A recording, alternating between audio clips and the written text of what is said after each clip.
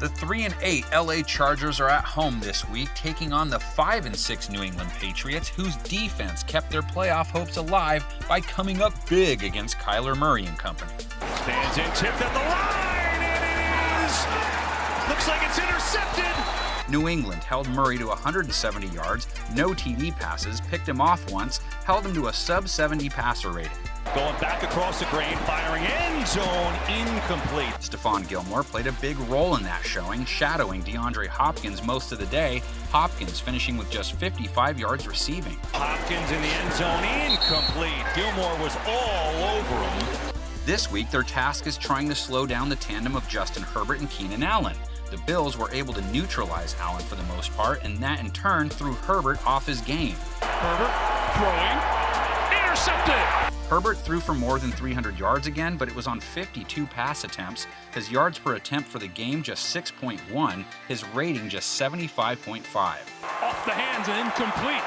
It wasn't that Herbert didn't try for Allen either. 10 targets, but he only connected with him 4 times for 40 yards. Herbert incomplete at the 40. The Chargers got Austin Ekeler back, and he immediately led the team in targets and ended the game with 11 receptions. Got rid of it, near side, that is complete, and out of bounds at the 10-yard line is Ekeler. But his presence definitely changed the look of the Chargers' offense, as Herbert has never been as dependent on checkdowns as he was last week.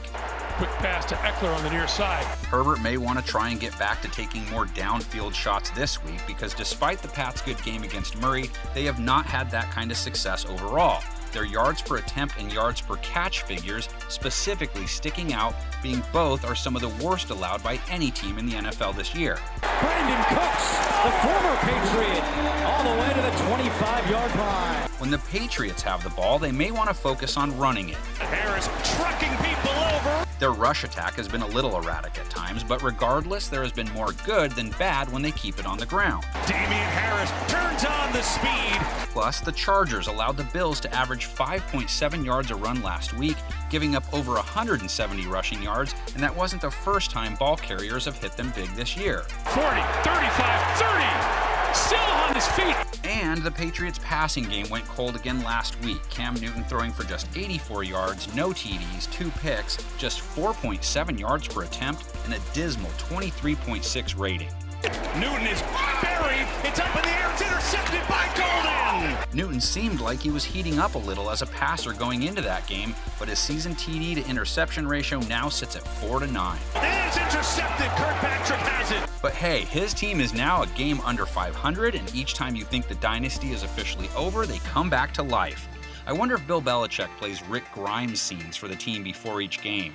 There's us and the dead. We survive this by pulling together, not apart.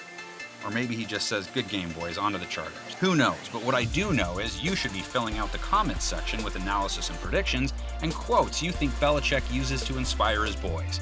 We just have some predictions. And for anyone wondering who Rick Grimes is, I'm sure some zombie lover will explain it. It's Quisenberry on the edge. Kelly diving for the touchdown.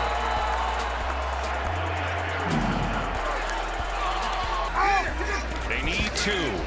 Pitch out James White, looking to get to the marker, looking to get to the end zone. James White is in. Touchdown.